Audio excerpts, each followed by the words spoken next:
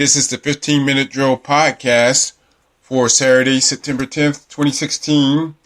I'm Walter Johnson, and here are the final scores for the week ending Friday, September 9th, 2016. And we'll start with the Lee County Trojans improving to 3-0 with a 36-10 win over the America Sumter Panthers.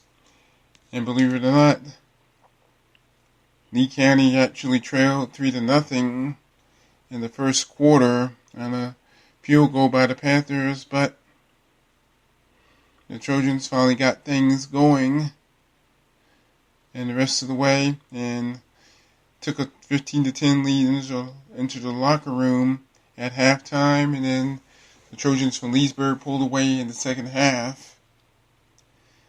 And the final score, Lee County 36, America Sumter 10, and the Trojans finally get to play a home game next week, facing the Luella Lions from Henry County, Georgia.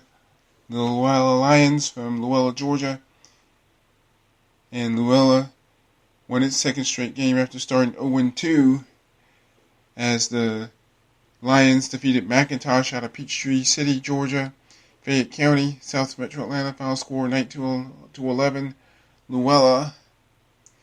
And at Humil Stadium in Albany, the Westover Patriots won their second straight game after losing their opener to Monroe, and they complete their three-game non-region schedule by defeating the Daugherty Trojans 28-13.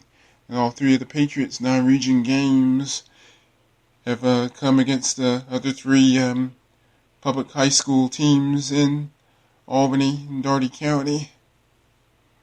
So no more non-region games for Westover in 2016 in the Open GHSA Region 1-4A action next week.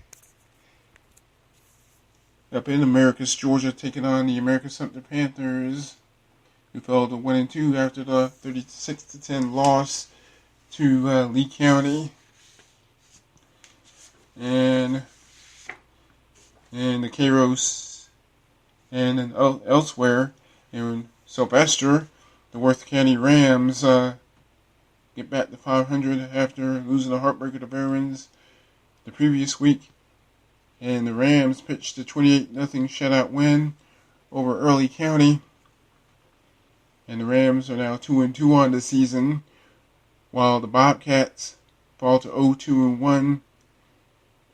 And the Bobcats' other loss came to Eufaula, Alabama, 27-13 in their season opener back on Friday, August 19th. And after a bye week on Friday, September 2nd, Early County battled Seminole County to a 7-all tie, and Seminole County is now 2-0-1 on the season, and more importantly, they're 2-0 in GHSA Region 1 Single A after crushing Chattahoochee County 45-24. And a key game in GHSA Region 1 Single A down in just up the road from Donaldsonville, Georgia, and Colquitt, Georgia, saw Miller County fall to visiting Mitchell County 30-15. And Mitchell County now 3-0 on the year, 2-0 in GHSA Region 1 Single A. So the Eagles remain undefeated and untied. But the victory in that contest. And the Monroe Golden Tornadoes traveled to Thomas County Central on this Friday, September 9th. And it was the Thomas County Central Yellow Jackets that trounced the Tornadoes 35-7. First loss of the season for Monroe. And Monroe was supposed to face Thomasville in a Thursday night game on September 1st, but Hurricane Hermine caused a postponement in that game. And it is still unknown whether or not that game will be made up. And next week for next week, Monroe is back at Hugh Stadium, taking on Albany High. And 0-3 Albany High had this week off. And it doesn't get any easier for Monroe after Albany High. They face Brooks County on September 23rd, and then the bye week coming the week of September 30th. And that's when that game against Thomasville will most likely be made up. But as of this podcast, a final decision had yet to have been made on that game. And moving on to some local GISA action, in the Deerfield Windsor Knights were back over 500 after snapping a 2-game losing streak into North Florida Christian and to another team that whose name escapes me at the moment. And the Knights cruised to a 34-7 win over Westfield up in Perry, Georgia, 34-7. And the Knights are now 3-2, back home against Pinewood Christian next week. And the Westwood Wildcats out of Camilla in Georgia, Mitchell County, snapped a 3-game losing streak by trouncing Trinity Christian out of Sharpsburg, Georgia, in Coweta County, just east of Noonan, about roughly 45 minutes southwest of Atlanta, 45 minutes to an hour southwest of Atlanta, depending on the Atlanta traffic. Final score: Westwood 34, Trinity Christian of Sharpsburg 14. In Americus, it was Terrell Academy picking up a victory over the Southland Raiders, 41-27 the final score in that game. And some other scores, it was the Cairo Syrup Makers finishing 2-1 against their U.S. Highway 84 rivals, and they hold off a late rally from the Bainbridge Bearcats to win 17-14. And Cairo is now 2-1 on the season, and they finish non-region play at 2-1.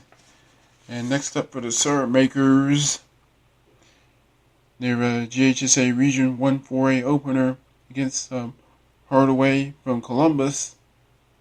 That's a home game for the Syrup Makers. And Hardaway was supposed to face Lee County over a week ago, but Hurricane Hermine caused the cancellation of that contest, as been mentioned so many times on this podcast, and as well as on the High School Football Roundup podcast. And some other games of interest here in our coverage area, the Southwest Georgia Network coverage area. The Colquitt County Packers are now 0-4, and they were crushed up in the North Metro Atlanta area, North Fulton County, by Roswell, in a rematch of last year's GHSA Class 6A title game.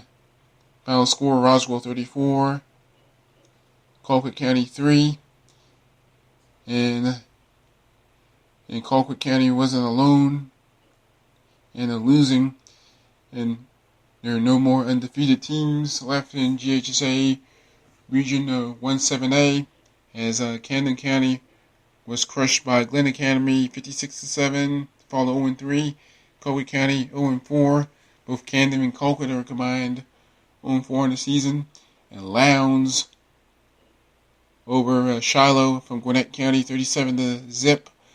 And Tift County trounced by Valdosta in a battle of undefeated teams 42-13. Valdosta now 4-0 on the season. Tift County losing for the first time all year at 3-1. And Lowndes will off 3 straight wins since the loss to Valdosta in the Wintersville Classic. And who would have thought that both Lowndes and Tift County would be combined 6-2 overall, while Colquitt would be a combined 0-7 overall. And it's under 5 minutes to go in this podcast. And we'll look at quickly at some of the other high school football scores and of interest here in southwest, south central Georgia. And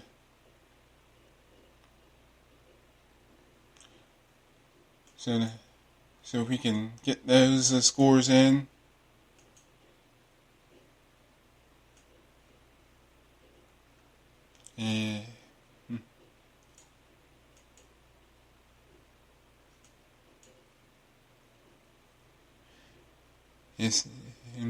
And Flint River, all over SGA, Southwest Georgia Academy.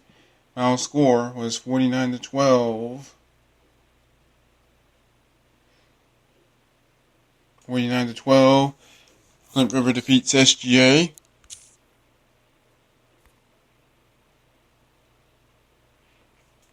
And Brookwood of Thomasville, all over John Paul II, 49-7, the final score.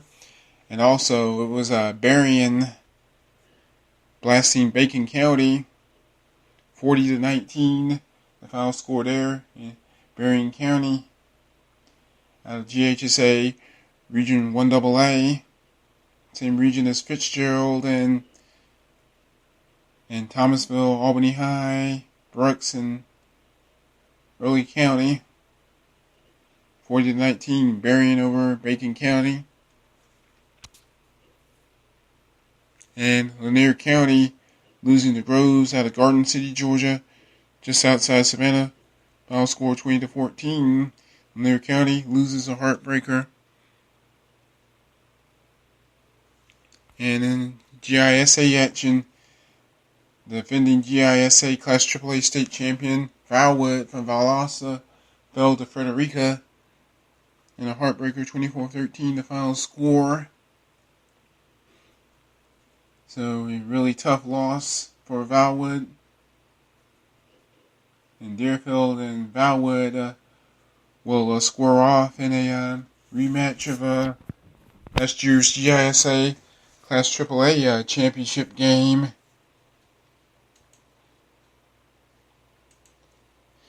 And in a limited amount of time, let's see, and some other games of interest. Up in Middle Georgia, it was Houston County, still undefeated as the Bears, with their quarterback, their star quarterback Jake Fromm, spelled Fromm, and just absolutely running all over veterans, 58-27, the final score.